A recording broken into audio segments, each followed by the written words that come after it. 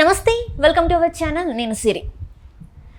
కేసీఆర్ గారికి మన రేవంత్ రెడ్డి గారు ఒక బంపర్ ఆఫర్ అయితే ఇచ్చారు. ఇరిగేషన్ డిపార్ట్మెంట్కి రమ్మని ఆహ్వానిస్తున్నారు. అయితే ఒక ఎమ్మెల్యేగా ఉన్న మన కేసీఆర్ గారు ఇరిగేషన్ డిపార్ట్మెంట్కి వెళ్ళొచ్చా, ఇది సాధ్యమవుతుందా? ఈ అంశాన్ని మనకి వివరించడానికి మనతో పాటు ఉన్నారు ప్రముఖ senior journalist, political analyst CS Rao garu. నమస్కారం సార్. సార్, ఇప్పుడు చూస్తున్నట్టయితే మన రేవంత్ రెడ్డి గారు, ముఖ్యమంత్రి గారు, కేసీఆర్ గారికి అంటే మాజీ ముఖ్యమంత్రి, ఇప్పుడు ఎమ్మెల్యే, తనకేంటంటే ఇరిగేషన్ డిపార్ట్మెంట్లోకి ఒకసారి రండి అంటే రావచ్చు, మీరు ఇస్తానని చెప్పేసి మాట్లాడుతున్నారు. సో ఒక ఎమ్మెల్యేగా ఉన్న కేసీఆర్ గారు మళ్ళీ ఈ డిపార్ట్మెంట్కి వచ్చే అవకాశాలు ఉన్నాయి. అసలు అది సాధ్యమవుతుంది అంటారా సార్? సో ఒకటేంటంటే అసెంబ్లీ నిబంధనల ప్రకారం కానీ లేదా ఆ శాసనసభలో ఉండేటువంటి సిచ్యువేషన్స్ కానీ వీటన్నిటిని బట్టి ఎవరికైనా మినిస్టర్ పదవి ఇవ్వచ్చు. ఎమ్మెల్యేగా ఉన్నా ఇవ్వచ్చు, ఎమ్మెల్యేగా లేకపోయినా ఇవ్వచ్చు. ఇచ్చిన తర్వాత 6 monthsలో మళ్ళీ ఎమ్మెల్యేగా పోటీ చేసి ఎక్కడో దగ్గర నుంచి గెలవాలి, లేదా ఎమ్మెల్సీకి ఎంపికైన తర్వాత మళ్ళీ మినిస్టర్ అనేది కావాలి. ఇది టెక్నికల్గా అది వైబిలిటీ అవుతుంది, యాక్సెప్ట్ చేస్తుంది కూడా. అయితే అధికారంలో ఉన్నటువంటి పార్టీ ప్రతిపక్షంలో ఉన్నటువంటి వాళ్ళకి అసలు మంత్రి పదవులు ఇస్తారా అనేది ఒకటి.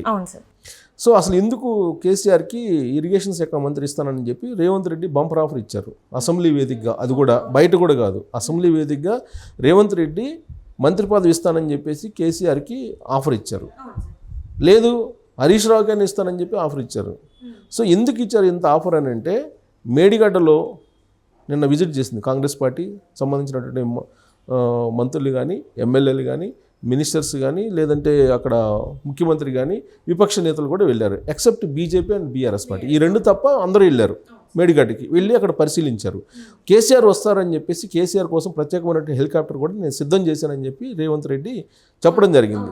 కానీ కేసీఆర్ రాకపోగా ఆయన అదే రోజు నల్గొండలో ఒక సభ పెట్టి ఆయన కృష్ణా జలాల మీద నేను పోరాడుతున్నానని చెప్పి, నేను చివరి శ్వాస వరకు నేను తెలంగాణ కోసం పోరాడతాను, కృష్ణా జలాల కోసం నేను పోరాటం చేస్తాను, ఇది పోరాట సభ, ఇది రాజకీయ సభ కాదని చెప్పి ఆయన తనదైనటువంటి స్థాయిలో సెంటిమెంట్ని రంగరించి భావోద్వేగాలను రెచ్చగొట్టేటువంటి ప్రయత్నం చేశారు. రాబోయేటువంటి లోక్సభ ఎన్నికలను దృష్టిలో పెట్టుకొని ఆ విధంగా భావోద్వేగాన్ని, సెంటిమెంట్ని రెచ్చగొడితే ఎంతకంత లబ్ధి పొందొచ్చు అనేది ఆయన యొక్క ఆలోచన.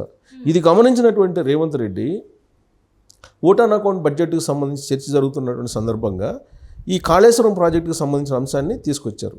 ప్లస్ నల్గొండలో జరిగినట్టు సభ, ఆ సభ వేదికగా చేసుకొని రేవంత్ రెడ్డి మీద చేసినటువంటి కామెంట్స్ వీటన్నిటిని కూడా ఆయన ప్రస్తావించారు. రేవంత్ రెడ్డి కేసీఆర్ ఏమన్నారు నల్గొండ సభలో అనేదాన్ని ప్రస్తావించి ఏం పీకటానికి వెళ్ళారు కాళేశ్వరం అని చెప్పి ఆయన ఆ సభలో వేదికగా చేసుకొని ఆయన కామెంట్ చేశారు కేసీఆర్.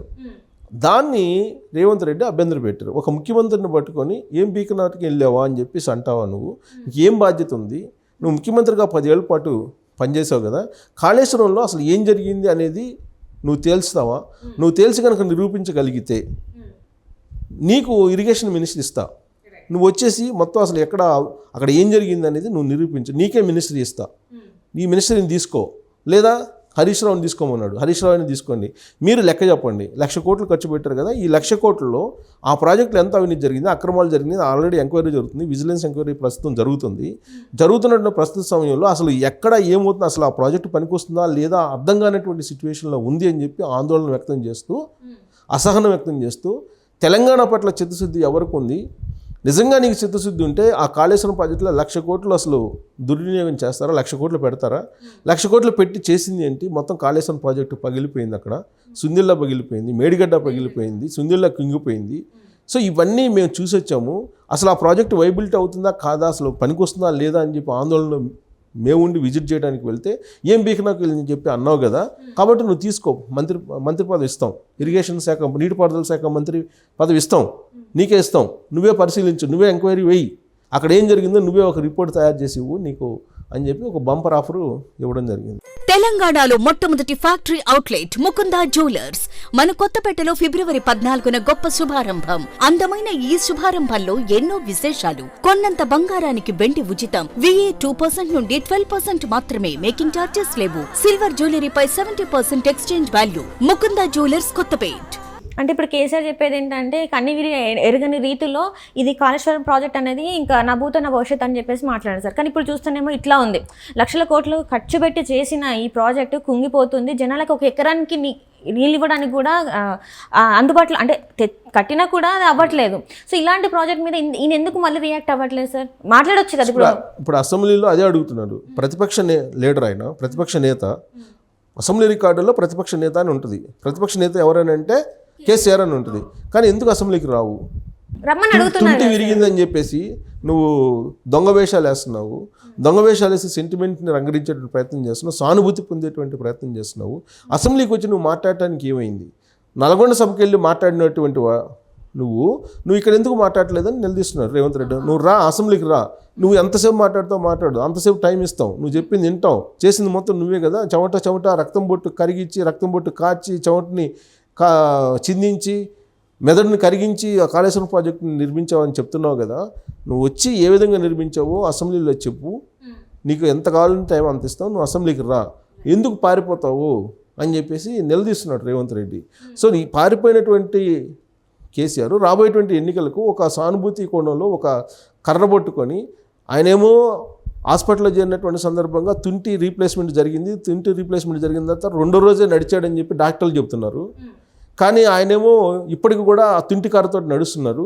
తుంటికర్రతో నేను లేచి వస్తాను కృష్ణా వాటర్ కోసం అని చెప్తున్నారు. అసలు నీకు తుంటికర్ర అవసరమే వచ్చింది? మరుసటి రోజు లేచి నడిచినోడికి అని చెప్పి రేవంత్ రెడ్డి ప్రశ్న చేస్తున్నాడు. ఇదంతా దొంగ నాటకాలు ఆపు, దొంగ నాటకాలు ఆడవాకు.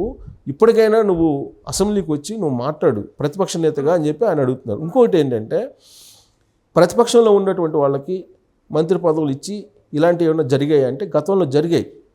గతంలో ఒక ప్రతిపక్షము అధికార పక్షం ఎలా ఉండాలి అసెంబ్లీలో? ప్రభుత్వంలో వీళ్ళందరూ ఒక భాగస్వాములు. కాకపోతే మెజారిటీ వీళ్ళకు ఉన్నారు కాబట్టి సభ్యులు ప్రతిపక్షంలో ఉన్నారు, ప్రధాన ప్రతిపక్షంలో తక్కువ ఉన్నారు కాబట్టి వాళ్ళు ఉన్నారు. కాబట్టి ప్రతిపక్షం ప్రధాన ప్రతిపక్షం రెండు కలిసి వెళ్తేనే రాష్ట్రాభివృద్ధి సాధ్యం. దేశాభివృద్ధి అయినా రాష్ట్రాభివృద్ధి అయినా సాధ్యం. దేశాభివృద్ధి ఏమో లోక్సభలో. సో అక్కడ కూడా ప్రతిపక్షం అధికార పక్షం కలిసి వెళ్ళాలి. కలిసి వెళ్ళాల్సినటువంటి ఈ రెండు, అధికార పక్షం ఒకటి చెప్తుంటే ప్రతిపక్షం ఇంకోటి చెప్తుంది. అధికార పక్షం ఏం చెప్తుంది? కాళేశ్వరం అసలు పనికొస్తుందా లేదా అనేటువంటి సందేహం వ్యక్తం చేస్తుంది. నేషనల్ డ్యామ్ సేఫ్టీకి సంబంధించినటువంటి వాళ్ళు కూడా ఏం చెప్తున్నారు? నేషనల్ డ్యామ్ సేఫ్టీ వాళ్ళు ఇది అసలు కాళేశ్వరం పనికొస్తుందా లేదా మేము పరిశీలిస్తున్నాము, ఇన్వెస్టిగేషన్ చేస్తున్నాము. మాకు సుమారుగా 25 రకాల మెజర్మెంట్స్ అనేది ఇవ్వాలి వాటిని మొత్తం ఫైండ్ అవుట్ చేయడానికి. కానీ అధికారంలో ఉన్నట్టు ఆ రోజు అధికారంలో ఉన్నటువంటి కేసీఆర్ వాళ్ళు సుమారుగా 10-11 ఇచ్చారు, మిగతా ఇవ్వలేదు.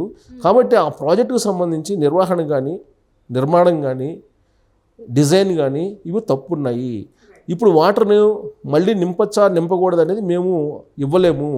So national dam safety authority వాళ్ళు మీరు నీళ్ళు నింపొద్దని చెప్పారు రాష్ట్ర ప్రభుత్వానికి. ఇప్పుడేమో నీళ్ళు ఇవ్వాలా పర్లేదా దానికి అనేది ఆ సందిగ్ధంలో రాష్ట్ర ప్రభుత్వం ఉంది. రాష్ట్ర డ్యామ్ సేఫ్టీ అథారిటీ ఏమో వాళ్ళు ఆ రోజున కేసీఆర్ ఆధ్వర్యంలో చేశారు డిజైను. సో ఇరిగేషన్కి సంబంధించి ఈఎన్సీని ఇద్దరిని సస్పెండ్ చేశారు. వాళ్ళు వెళ్ళిపోయారు, రాజీనామా చేసి కొంతమంది వెళ్ళిపోయారు. దానికి సమాధానం చెప్పాల్సిన అధికారులేమో ముందుకు రావట్లేదు. ఇలాంటి పరిస్థితుల్లో రెవెన్యూ రికవరీ యాక్ట్ పెట్టి దానికి అయినటువంటి ఖర్చుని వాళ్ళ దగ్గర నుంచి రికవరీ చేస్తాం అవసరం అయితే అని చెప్పి నీటిపారుదల శాఖ మంత్రిగా ఉన్నటువంటి ఉత్తమ్ కుమార్ రెడ్డి అంటున్నారు. రేవంత్ రెడ్డి కూడా అసెంబ్లీలో ఏం చెప్పారు? ఇవాళ మంగళవారం రోజు జైలుకు పంపిస్తామని చెప్తున్నారు. ఈ మాట ఎన్నికల ముందు కూడా చెప్పారు పీసీసీ అధ్యక్షుని హోదాలో. ముఖ్యమంత్రి అయిన తర్వాత కూడా జైలుకి పంపిస్తాం అంటున్నారు. ఇంకొక వైపు బీజేపీ ఉంటుంది సిబిఐ ఎంక్వైరీ ఎందుకు వేయట్లేదు, సిబిఐ ఎంక్వైరీ వేస్తూ మీరు తీర్మానం చేసి పంపించవచ్చు కదా అని చెప్పేసి వాళ్ళు డిమాండ్ చేస్తున్నారు. సో ఇప్పుడు ఎన్నికల చుట్టూ దీన్ని తిప్పుతున్నారు తప్పితే అన్ని పార్టీలు. ఇప్పుడు బీజేపీ కేంద్రంలో అధికారంలో ఉంది. సో వాళ్ళైనా సరే సిబిఐ ఎంక్వైరీ వేయచ్చు, డైరెక్ట్గా వేసే అధికారం వాళ్ళకు ఉంది. రాష్ట్ర ప్రభుత్వం అయినా కానీ సిబిఐ ఎంక్వైరీ వేయమని చెప్పి అడగొచ్చు రాష్ట్ర ప్రభుత్వం అయినా, కానీ అడగట్లా. అడగకపోగా బీజేపీ బీఆర్ఎస్ పార్టీ ఒకటని చెప్పేసి కాంగ్రెస్ చెప్తుంది, కాంగ్రెస్ బీజేపీ ఒకటని చెప్పి బీఆర్ఎస్ పార్టీ చెప్తుంది. ఆ బీజేపీ ఏముంటుంది? అసలు కాంగ్రెస్ బీఆర్ఎస్ పార్టీ ఎంఐఎం 3 ఒకటని వాళ్ళు చెబుతున్నారు. సో ఇక్కడ పబ్లిక్ని కన్ఫ్యూజ్ చేస్తున్నారు, అసలు విషయాన్ని వదిలిపెడుతున్నారు. అసలు 1,00,000 కోట్ల మాట ఏంటి అనేది ఎవరు చెప్పట్లా. ఇప్పటికీ కూడా నేను సిట్టింగ్ జడ్జి చేత విచారణ చేపిస్తానని చెప్పి ఎన్నికల ముందు రేవంత్ రెడ్డి చెప్పారు. సిట్టింగ్ జడ్జి చేత విచారణ చేయమని చెప్పి ఒక లెటర్ హైకోర్టుకు రాశారు. హైకోర్టు నుంచి రిప్లై ఏమొచ్చింది? మేము సిట్టింగ్ జడ్జి చేత మేము ఇవ్వలేము సిట్టింగ్ జడ్జిని, మీరు రిటైర్డ్ జడ్జిని ఎంచుకోండి అని చెప్పారు. సో రిటైర్డ్ జడ్జి చేత విచారణ చేపిస్తే అది ఆ విచారణ సక్రమంగా సాగదు, సకాలంలో సాగదు అనేటువంటిది గత ఎంక్వైరీలను బట్టి మనం అంచనా వేసుకోవచ్చు. సో ఇలాంటి పరిస్థితుల్లో అసలు దాన్ని విజిలెన్స్ ఎంక్వైరీ పెట్టారు. విజిలెన్స్ ఎంక్వైరీ చేసిన తర్వాత కొంతమంది ఐఏఎస్ అధికారుల మీద చర్యలు తీసుకోవడానికి సన్నద్ధమయ్యారు. వాళ్ళ పాటు వాళ్ళు రాజీనామా చేసి వెళ్ళిపోయారు, కొంతమందిని సస్పెండ్ చేశారు. సో అంతవరకు పరిమితమా? నిజంగానే కల్వకుంట్ల ఫ్యామిలీని జైలుకు పంపించేటువంటి అవకాశం ఉందా అని అంటే సిబిఐ ఎంక్వైరీ వేస్తే అప్పుడు ఏదైనా అవకాశం ఉంటుంది. సిబిఐ ఎంక్వైరీ వేయకుండా వీళ్ళు చెప్పేటువంటి ఈ కబుర్లన్నీ కూడా అవసరమైతే అనే కబుర్లన్నీ కూడా కేవలం లోక్సభ ఎన్నికల కోసం వీళ్ళు చేసినట్టు అంటే వాళ్ళ స్వలాభం కోసమే కానీ ఇక్కడ ఎక్కడ కూడా జనాల కోసం కానీ అంటే వాళ్ళకి నీరు ఇవ్వాలి అన్న ఆలోచన మాత్రం ఎక్కడ కనిపించట్లేదు. వాళ్ళు ఏదైనా మంత్రుల పదవుల కోసం మాత్రమే తాపత్రయపడుతున్నట్టు అర్థమవుతుంది. అంటే నీళ్లు ఇవ్వడానికి సెంట్రల్ ఇప్పుడు national dam safety authority permission ఇవ్వట్లా, నీళ్ళు నింపితే అసలు ఉన్నది కూడా కూలిపోతుంది. ఆల్రెడీ అక్కడ మోటార్లు గతంలో ఫ్లడ్ వచ్చేసి అక్కడ రిపేర్ వచ్చింది, ఆ రిపేర్ పూర్తయింది అంటున్నారు. ఈ లోపుగా మేడిగడ్డ కుంగిపోయింది, అదేమో సుందిళ్ళ పగిలిపోయింది. సో ఇవన్నీ రిపేర్ చేయాలి కదా. ఇవన్నీ రిపేర్ చేయాలంటే ప్రాథమికంగా ఇప్పుడు దాదాపు 5 నుంచి 1000 కోట్ల దాకా అవుతుందని ప్రాథమిక అంచనా. సరే ఇంత చేసినా కానీ అసలు కాళేశ్వరం ప్రాజెక్ట్ పనికొస్తుందా అని అంటే దాని మీద కూడా సందేహం ఉంది. సో వీళ్ళేమంటారు, కేసీఆర్ అండ్ టీము వాళ్ళు ఏమంటారు, అది కేవలం మేడిగడ్డ కుంగిపోయింది, దానికి పెద్ద రాత మొత్తం కాళేశ్వరం ప్రాజెక్ట్ పోయిందని చెప్పి చెబుతున్నారు, అది అబద్ధం అని వాళ్ళు చెప్తారు. వీళ్ళేమంటారు, మొత్తం అసలు కాళేశ్వరం ప్రాజెక్టు పనికొస్తుందా లేదా అనేది వీళ్ళు అంటారు. సో కాబట్టి ఇది కేవలం పొలిటికల్ యాంగిల్లో తీసుకెళ్తున్నారు తప్పితే అసలు వాస్తవం ఏంటి అనేది చెప్పట్లేదు. అది చెప్పాలంటే టెక్నికల్ టీం బయటకు రావాలి. ఇది ఇప్పుడు అయ్యేటువంటిది కాదు. ఈ లోపు లోక్సభ ఎన్నికలు వస్తాయి, వాళ్ళేమో కృష్ణా వాటర్ అంటారు, సెంటిమెంట్ రంగరిస్తారు. ఆంధ్ర సెంటిమెంట్ మరోసారి రంగరించే ప్రయత్నం ఆయన చేస్తున్నాడు కేసీఆర్. నల్గొండలో సబ్ పెట్టి ఆయన చేసిన పని ఏంటంటే అది. వీళ్ళేంటి మేడిగడ్డను చూపించి మన అసెంబ్లీలో గెలిచారు కాబట్టి ఇంకో లోక్సభలో కూడా గెలుచుకోవాలని వీళ్ళు చేస్తున్నారు.